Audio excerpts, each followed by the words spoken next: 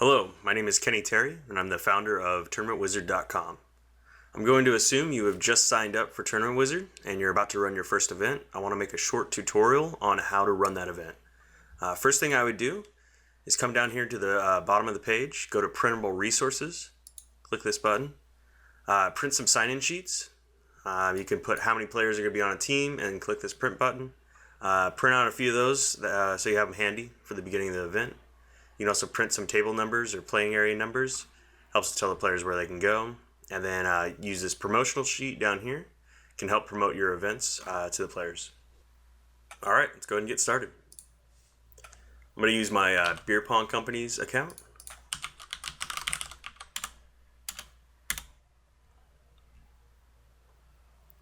And let's go to create new events. But before that, this is my organization, my events. It'll show all your tournaments that you've currently run or upcoming events that you've created. For right now, let's go to create new tournament. Enter a tournament name. You can use a ranked event or an unranked event. The only difference is in a ranked event, I'm allowed to add players to teams. By adding players to teams, it'll keep track of their stats, rank them locally, and it'll also give them notifications on their mobile applications. You can do public or private, whether or not it shows up in the app. Tournament repeat type, if it's just a single event, you're just going to run one tournament. If it's a weekly event, it'll always go on the same day. So today is Sunday, so every Sunday it's going to recreate an event, so I don't have to do this process every single time.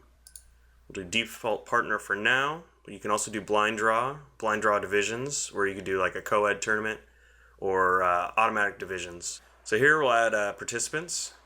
Notice that there's also these little tooltips. So if something doesn't make sense to you or you have questions about it, check out these tooltips.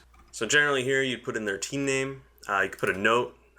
So if you don't have a microphone, maybe they're wearing a green shirt, can help you find them later.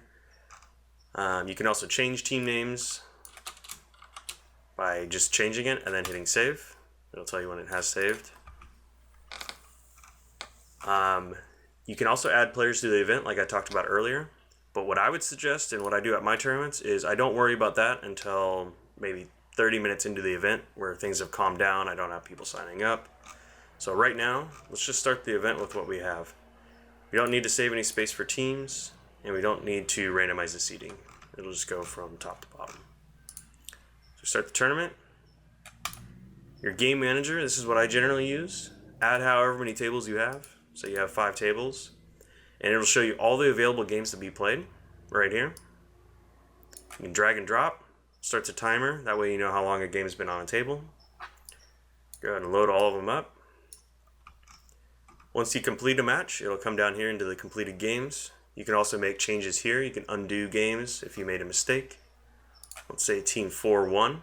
Click on Team 4. Let's say Team 7 didn't show up to their table, so they're going to forfeit. So Team 2 is going to get a win, but I don't want their stats or rank to be adjusted because they didn't actually win that game. So I can forfeit Team 7. So in this scenario, Team 7 will lose. And let's say Team 3 won. Actually, on Game 3, Team 3 actually didn't win. Team 6 had won. So I can click on this match and simply click Team 6 had won. Down here you can also see all the unavailable games to be played. So if Team 5 comes up to you and they ask, when am I going to be up again? They're going to be playing the loser of Game 6,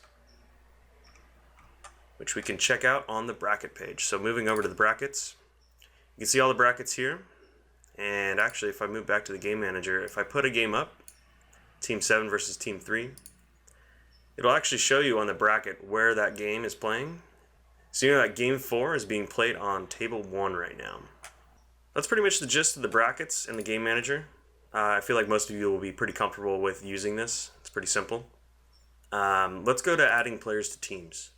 So let's go back to here. Team X, I'm going to add myself. So first, to add a player, you go to Team X. And if I don't have an account, enter a first name, last name, and email, and then click Add Player. It'll add them to the database, and later on you'll be able to find them from the database by searching from the player database. So I'm already in the database, so I'm just going to search for my name. Here I am from La Mesa. Add me to the team. Now I'll get a notification on my phone that I've been added to the event, and it'll send me notifications when I'm up on tables. Another thing you can use is dummy emails. This only needs to be used when you're running a multi-partner event or a blind draw event. And the purpose for dummy emails is in those type of events, every single player needs to have a unique ID. That way it splits up the teams without putting the same player in the same bracket.